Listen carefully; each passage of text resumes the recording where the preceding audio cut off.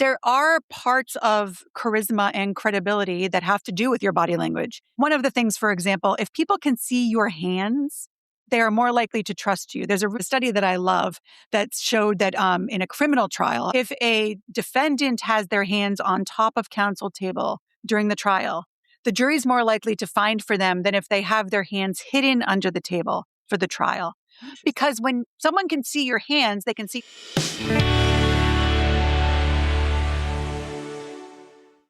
Welcome to Evoke Greatness, the podcast for bold leaders and big dreamers who refuse to settle. I'm your host, Sonnie. I started in Scrubs over 20 years ago, doing the gritty, unseen work, and climbed my way to CEO. Every rung of that ladder taught me something worth passing on.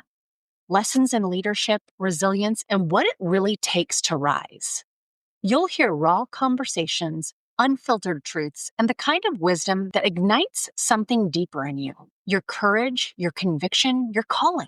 This show will help you think bigger, lead better, and show up bolder in every part of your life. This is your place to grow. Let's rise together.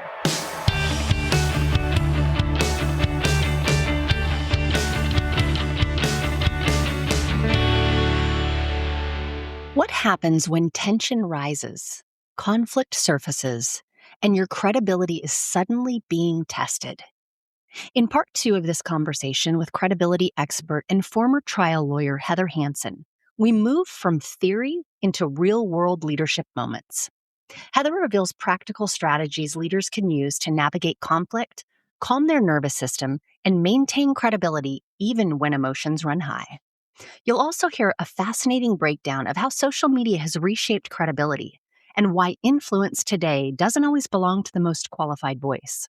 If you've ever walked into a tough conversation, questioned your confidence in a high-stakes moment, or wondered how to build executive presence without pretending to be someone you're not, this episode is for you. Now let's hop into it. What do most leaders do instinctively in those sort of tense situations or conversations that actually works against them? So it is completely natural in these conversations and it's almost undeniable to slip into fight, flight, freeze, or fawn, right? We think of typically the fight and flight instinct.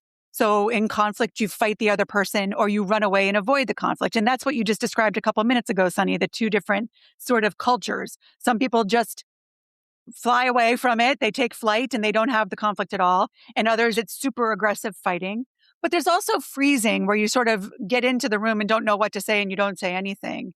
And then often there are people who fawn. They submit. They just say, you can have what you want. I just want to keep the peace. And so those things are utterly natural. They are natural responses.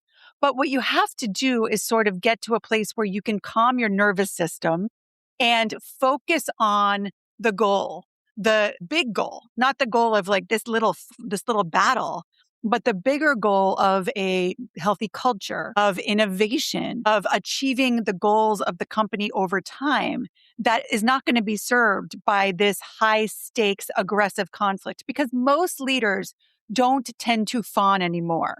They tend to fight. And that fight can leave a lot of destruction in its wake. And so to take that step back and just calm the nervous system before you go into what you're seeing as a conflict situation is going to be really powerful and help you to respond instead of reacting. What are a couple ways if someone is in that situation and they're like, gosh, I wish I had a takeaway. I may live in, this may be the water that I swim in, and I really want to ground myself better. What are a couple of just small things that they can do that are they're the only ones who know that they're going to be doing this, but once they're in that situation again, they can ground themselves through these things?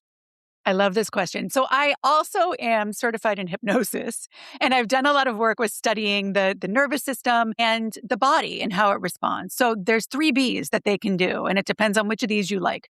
One is breathe. We talk about breathing a lot, but what we don't sometimes know is that inhaling activates the sympathetic nervous system. It's going to get you more excited, more likely to fight. It's the exhale that activates the parasympathetic nervous system, which is going to calm you down. So if breathing is the B you choose, then you want to do an inhale of 4, hold for 4, and an exhale of 8. And that's going to calm down your nervous system. So breathing is one.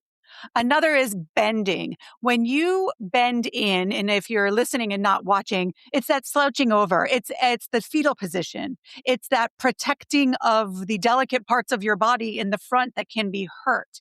That is telling your nervous system that you are in danger. And so you want to bend out or extend, right? You want to pull your shoulders back. You want to sit up straight because it's telling your body, I am safe enough that I'm comfortable exposing my vulnerable body parts. So that's bending. And then the last one is, I call it binding. And this comes from the ancient Japanese art of Jin Shin, Jinshin. And it's a form of acupressure. And they have all these holds that they do on different parts of the body for different things. But there's a very straightforward one that has to do with your hand. So if you just take one of your hands and you grab your thumb of the other hand and apply a little bit of pressure, that in Jinshin is a bind that will allow you to calm the nervous system because there's a lot of anxiety receptors in your thumbs. This is why thumb sucking for some people was effective as a child. And so you can do it with either thumb. I love that one because when I was doing a lot of television, before I even knew about Jinshin, I would find myself grabbing onto my thumb in the makeup chair. And so when I heard about it afterwards, I knew that my body just goes there without me telling it to. But so you've got the bind of grabbing your thumb. And let me just finish because it's an interesting thing for Jinshin. All of your fingers have different receptors. So your index finger is for fear. Your middle finger is for anger, very appropriately for anger. Your ring finger is for sadness. And your pinky finger is for trying too hard. So it spells out fast. So if you're a leader going into a conflict and you're feeling really angry, grab that middle finger under the table. No one has to know. And it's also a reminder to your subconscious, okay, we want to respond and not react. If you're afraid, you grab the index finger. But if you're just feeling all the feelings, then grab onto those thumbs under the table. No one knows the difference. You can even do it like if you're standing in front of a group and you just, right now I'm grabbing my thumb and no one knows the difference. Mm-hmm. So I like binding. But breathing and bending are also really effective. Excellent. I love that. I love when we can give listeners just that thing, that little thing, that subtle thing that they can do that can add some sort of value in the situation that they are in, especially when it's like a de-escalation moment. Totally. I'm curious your perspective, as I think about credibility and I think about confidence and charisma, all of those things. How do you think social media has impacted this sort of credibility where we used to be in front of each other and you get a sense of somebody's body language and the way that they're engaging, whereas now so much of it is digital and we're behind images that, may or may not be highlight reels. How has that impacted? I'm curious about your take on that. So there's two things I would like to touch upon there. There's the fact that it's on screens and not cameras, which is where your question is going. But I want to remember to go back to the credibility triangle with that. But let's start with on camera. It is a very different endeavor to connect with people and build credibility on camera because there are parts of charisma and credibility that have to do with your body language and your facial expressions. And most importantly, your tone of voice. But one of the things, for example, if people can see your hands, they are more likely to trust you. There's a study that I love that showed that in a criminal trial, I never did criminal work, but in a criminal trial, if a defendant has their hands on top of counsel table during the trial, the jury's more likely to find for them than if they have their hands hidden under the table for the trial. Because when someone can see your hands, they can see you're not holding a weapon. And the primitive part of your brain feels more safe.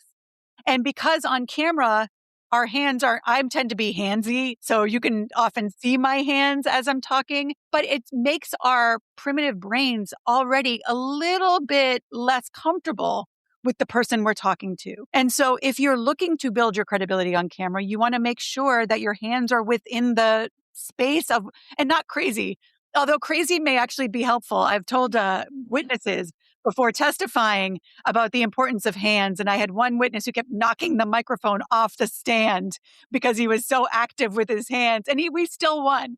So maybe error on the side of the hands. But that's one thing on camera that's different. And then also there's this sort of, we've talked about vulnerability. And now I think the pendulum has swung that there's a lot of people who are being overly vulnerable or almost fake vulnerable on social media because they think it builds their credibility. And people are getting savvy to that. So I think that the camera thing, it's very context dependent. And so if it's a leader who's addressing their team or their board on camera or via Zoom, that's going to be a different type of presentation and body language that we want to talk about than a social media entrepreneur who wants to connect with their people. But I do think that people are getting very tuned into, and then with AI, it's a whole other thing, right? So is it human and all of that? It's a big topic that we all need to be very discerning. I mean, the other side of the coin that we can talk about with credibility is how do you judge other people's credibility? But that's an important thing.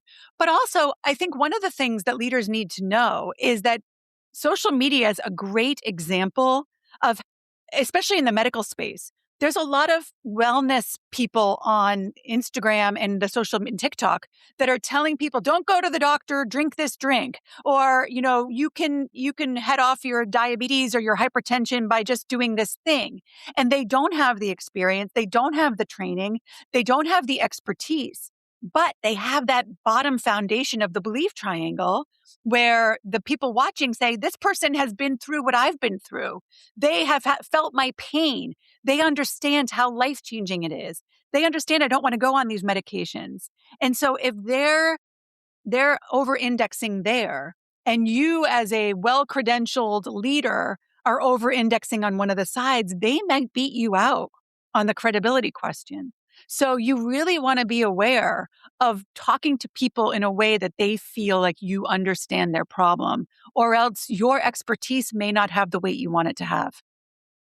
Yeah, I think it's taken an interesting shift as an observer on that side of things. Is, it used to be like, oh my gosh, so and so has this amazing life, and gosh, my life is nothing like that. And of course, no one's life is perfect, and that's where the kind of the term highlight reels is someone only shows the really great times. And then now I think it's gotten to this place where it, just like social media platforms, and likely because of whatever influencer or person who is, whether that's a medical professional, true social media influencer, they are gaining such credibility that it's, from my perspective, it's a little scary how much credibility, when they're really less of an expert and more of an influencer. I mean, that's kind of part of the role. 100%. And the thing is, and it's something that leaders worry about, right? Because if that person has more influence than you do, then things are going to change in a way that you will lose control. You will lose your ability to collaborate with people if they're being influenced by someone who doesn't understand, truly doesn't understand. And so you can either bemoan that, or you can learn how to build that credibility where the people you're talking to really believe that you can help them. Yeah. Going back to your comment, how do we judge others' credibility? Yeah, it's really important to I hate to say this because I don't want people walking around like defensive and suspicious, but you want to be a little suspicious. If you have a little voice that says, that doesn't sound right to me, explore it and ask questions. And the biggest thing is look for inconsistencies. Inconsistencies are a sign of some sort of mismatch. It doesn't necessarily mean someone's lying. But if someone tells you, yeah, I went to Harvard, but then you look on their LinkedIn and you don't see that they went to Harvard, or if they talk about the time that they did this, they tried this innovation at this other place, and then you do a little bit of research and you see that they weren't actually at that other place, those inconsistencies are worth following up on. Because so many times, I once wrote an article about Elizabeth Holmes and Theranos and that whole thing. And I think that what happened there, I mean, there's a lot that we're still finding out, and there's like male, female, and there's a lot there. But I think also people were recommending her, and everybody was relying on the credibility of the person who recommended her without actually diving into what is she saying and what's actually going on? What's the science behind that? What are the facts behind that? What's the evidence? And does the evidence, like evidence is everything. Does the evidence support the story? Because stories without evidence are not credible, but we're buying it more than we should be. And so it's a skill to be discerning. And it's really just asking yourself, what's the evidence here? What evidence supports what this person is saying? And what evidence also negates it, contradicts it? You want to be aware of that.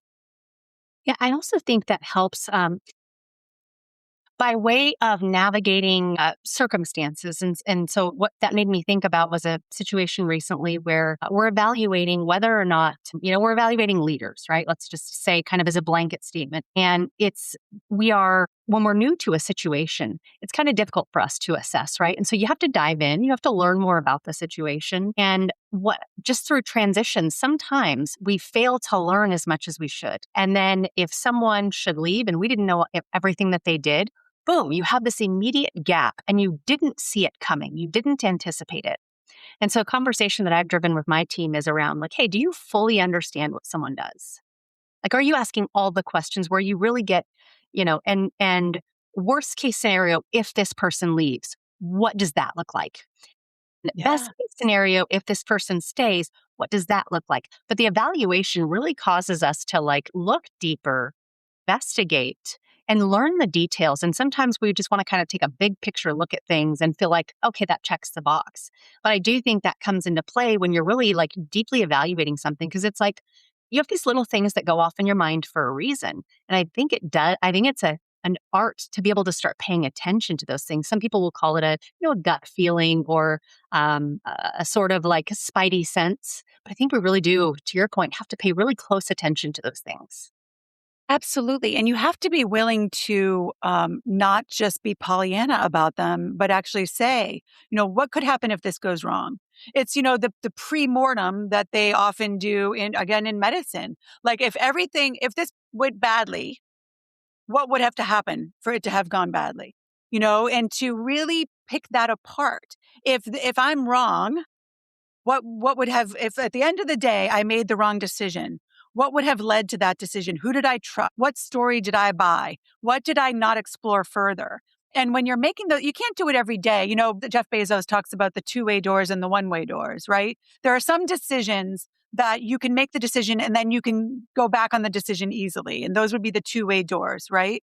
But there are some decisions that once you walk through that door, it's going to be very difficult to walk back out. And when you're facing those decisions, you want to look at it and say, okay, let's say this decision was wrong. What are all the reasons it was wrong? And tap into your team. I mean, you mentioned that you did that, right? You said, do we really know? That just again shows your leadership abilities and your emotional intelligence to say, because they know things you don't and they see things you don't. And this is why psychological safety makes such a difference in organizations, because if they're able to say to you, I see something you're missing, or just I see something, I don't even have to tell you that you're missing it, then you might really stop yourself from making a major mistake or allow yourself to adjust the decision so that you take that into consideration. Yeah. I'm curious, we go back to kind of this age-old executive presence, and kind of defining and getting at what really is executive presence, but kind of a different spin on it. What advice do you have for women who are told they need to be more confident or more charismatic in order to continue advancing in their career? Yeah, I think it's a real thing. And I think that executive presence is important. The way that you hold yourself, the way that you enter a room is important. But I love to talk about this because I think that there's science about it and it sort of supports a different take. So there's science out of Yale that says that you can tell more about a person's emotions from their tone of voice than their body language and their facial expressions combined.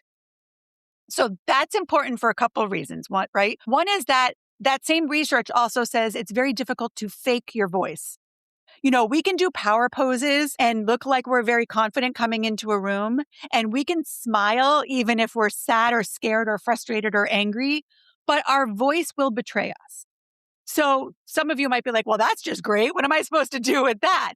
But the good news is that means that your work, especially as a woman, is to work on your beliefs. Because your belief is always exhibited in your energy, your tone of voice. And so before you go into that room, you've got to manage, I hate the imposter syndrome thing, but I know many of us feel it. So you've got to, it's a real thing. You've got to manage that. You've got to, and we can talk about how to do this, but you've got to build the belief that you belong in that room. You've got to build the belief that, and you don't want to gaslight yourself. You can't fake yourself into believing it, but you've got to use evidence to build a belief that you really believe so that you can reflect that in your tone of voice. And it might not be, I'm the best thing since sliced bread. It might be, I belong in this room. It might not be, I'm going to knock this out of the park. It might be, I'm going to do myself proud. I'm going to learn a lot in this conversation. I'm going to prove to myself that I can do hard things. All of those beliefs are going to reflect something more positive in your voice than the belief, I don't belong here. I am petrified. I'm not ready. I mean, those way that will reflect in your voice is going to hurt your executive presence. So you've got to I've thrown a lot of things at you, Sonnie, but there's a ladder of beliefs and you've got to find where on that ladder is accessible to you. And then you've got to collect and create evidence that gets you to that belief. It's awesome. There's a sense of self-awareness there too. You really do have to identify where you are and what is accessible to you, right? If I had all the belief in the world and I wanted to go be a lawyer, but I don't have the education to do so, that's not accessible to me. So I think that there's also that kind of dose of reality to say what really is accessible. Now, there are things that you have to do in order to open up some accessibility, but I think that's continued up the ladder. 100%. Evidence is everything, right? If I wanted to be a gymnast, do I have any evidence that that's accessible to me? Right. And it may be that I am never going to get that evidence. And that's something that we don't talk about enough, but there are some things that aren't accessible, but most things are. And I think a lot of women step away from things before they look at the evidence that it is accessible. I think we err on the side of, oh, that's not accessible, instead of looking at, so for example, if you have left the workforce for a period of time because you are raising children and now you want to return to the workforce and you say, well, I don't believe that I have anything to bring to this situation because I've been doing, raising children all this time. Well, what have you been doing that is evidence that you would be good you've been leading your children. You've been handling conflicts. You've been managing the finances of your family. There is evidence there that you can believe that you have something to bring to the situation. Young people, what it is to have a whole bunch of things, plates in the air at the same time. There's a lot of ways to collect and create evidence to support the belief that you do belong in that room. And so you've got to play, I talk about evidence a lot. You've got to play with the evidence. You've got to act as if you're the attorney who's given the case that you do belong in the room. If you were that attorney, what would you use for evidence? And then just start playing with it to see if there's something there that can sort of bring you up on that ladder of belief. I love that sort of role play though, because that really, it almost allows you to visualize the whole process.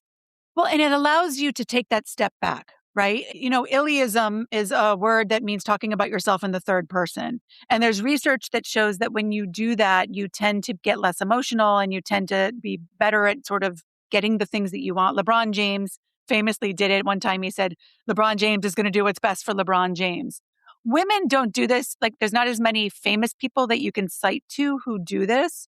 But I think that women tend to create alter egos or they tend to externalize in this way. And so if you can say, okay, you're the attorney for the contention that you do belong in this room. You're the attorney for the case that you are a good leader. What's the evidence? Make that case for me. Stop making the case that you're not, because that's what we tend to do, right? We tend to make the case that we're not ready, we're not good enough. And then our inner jury that has to choose what to believe only hears the negative. So at the very least, task yourself with being the attorney that you are ready, that you are good enough, that you do have what it takes, and collect and create the evidence. And then creating evidence means going out and getting some experience to support the idea that you're ready. This conversation is so good. It's been so productive. Just again, as we talked about a little bit beforehand, some of it feels selfish, right? Because I feel like I get so much out of these types of interviews, but it also really, really serves my audience. And so I'm so grateful. As we wrap up, there's a question that I always love to ask my guests, and that is, you've had a lot of lived experience throughout your career, throughout life. And if it were your last day on earth and of all that wisdom that you acquired, you could impart one piece of advice to the world, what would that be? you can't prove something until you believe it. And so when you are, and it goes back to the conversation we've just had, right? You have got to be in belief first because you won't see all the evidence if you don't believe it and you haven't looked at all the evidence. And your tone, your energy will relay your doubt. And so really work on the inner jury, your own self first. And then as a leader, go out and present to your team, your board, your constituents, because then you are far more likely to have that credibility and that charisma that's going to get you over the top. Love it. Well, Heather, it has been an absolute delight having you on. You have shared so many gold nuggets with things that people actively navigate in their work life, in their personal life. There have been takeaways that people can implement as soon as this podcast is over, as soon as they're done listening it. And so I always love to be able to share takeaways like that with the audience. But I want to thank you for your time and sharing all of your experience on this topic. And I think folks definitely should go out and check out the book, your podcast. Where can people find and follow you and learn more about you? Belief Builders is my website for the leadership stuff. So they will find everything there. And then on Instagram, I'm on LinkedIn, of course. And then on Instagram, I'm at An Elegant Warrior. And I share a lot of these things there as well. Excellent. And Sonnie, your podcast is just phenomenal. It really is giving people things across the gamut of topics that really help us to be better leaders. So it's been such a pleasure to chat with you. Well, thank you for your contribution and that effort. I will have all of those links in the show notes as well. So you guys, it's a click away. Make sure to check out Heather. She is doing amazing things. So grateful to have you on. My pleasure. If today's episode challenged you, moved you, or lit a fire in your soul, don't keep it to yourself. Share it with somebody who's ready to rise. Could I ask you to take 30 seconds to leave a review? It's the best way to say thank you and help this show reach more bold leaders like you. Because this isn't just a podcast, it's a movement. We're not here to play small. We're here to lead loud, one bold and unapologetic step at a time. Until next time, stay bold, stay grounded, and make moves that make mediocre uncomfortable.